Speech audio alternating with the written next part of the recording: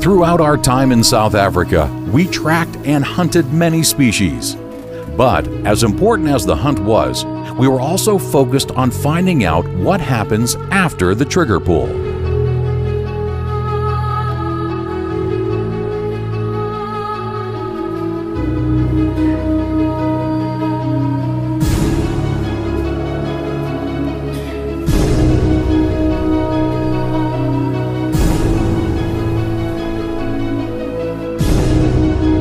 An African hunt is within reach for almost anyone. Come with us as we visit Kimberley, South Africa for a hunting experience of a lifetime. Learn how to bring your dream of an African hunt to life, how to plan for the trip, and what essential gear to take. Along the way, learn from local villagers how hunting has become essential to their livelihood. Listen as they explain that without hunters, there would be no wild game in South Africa. This is Fieldcraft, Destination Africa.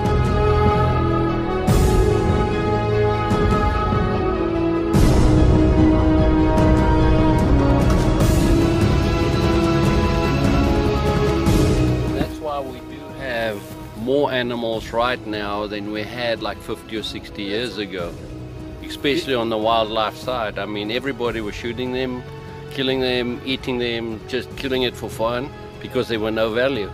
What's happening in Botswana, they kill those animals, there's no more value, so they poach them. The guys want to live, they got to eat, so they're going to kill to eat it, so there's no value. We wanted to experience firsthand the role that hunting plays in small villages and local economies. Legal, regulated hunting plays a critical role in local African economies and in the conservation of the very species being hunted.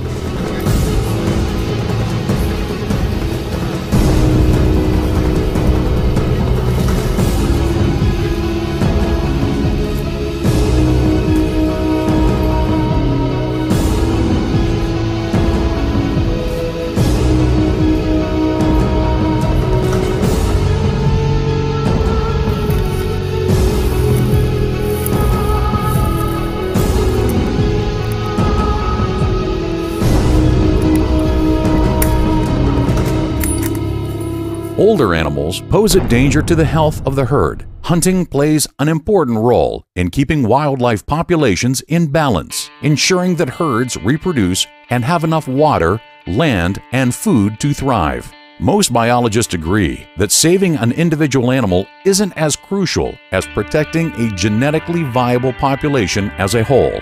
Well-managed hunting programs can be very valuable to conservation efforts. In Namibia, for example, 100% of hunting fees go to local conservation, including protecting animals, paying game guards, and buying vehicles. In South Africa, a portion of the proceeds from hunting fees are given to local landowners as incentives to provide land for wild animals and protection from poachers.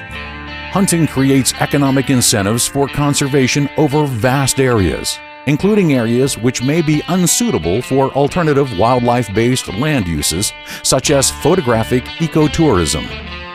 Without these incentives, many villagers often shoot and poison these animals, without an iota of sentimentality in order to protect their crops and land.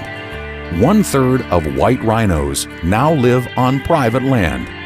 There were 100 in 1916 and more than 18,000 in 2016.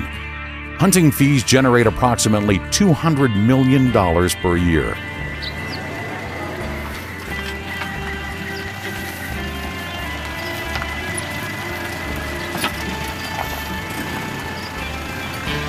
So you'll make like savory pies out of Yes. it? Yeah. Yes. And then make a roast or just the whole thing? No, the roast from the legs. The leg roast? Yes. And then the rest of it you'll cut up and make pies out Yes, of? yes.